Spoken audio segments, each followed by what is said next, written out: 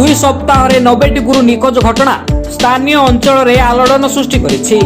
बालेश्वर जिला सिमुलिया थाना मोइतापुर में रही रुद्राश्रम गोशाला। एठारे 500 रु अधिक गुरु रही बेले यह किछि दिन भितर 90टी गुरु निखोज होइतिबा सिमुलिया थाना रे अभियोग होइछि।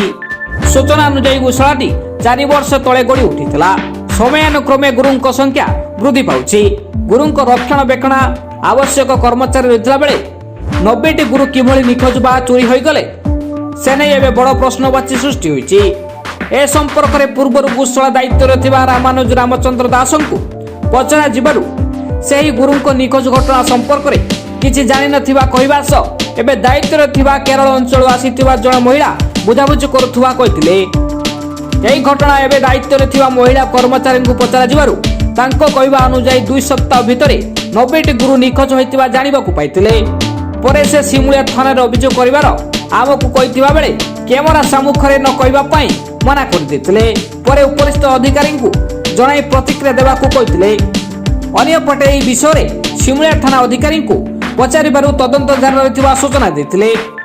तेबे एठी प्रश्न उठे एते संख्या रे गुरु किभଳି चोरी हेले? जदि चोरी होइछि ताहाले केमिति जानि परिले नै गोशालार कर्मचारी माने?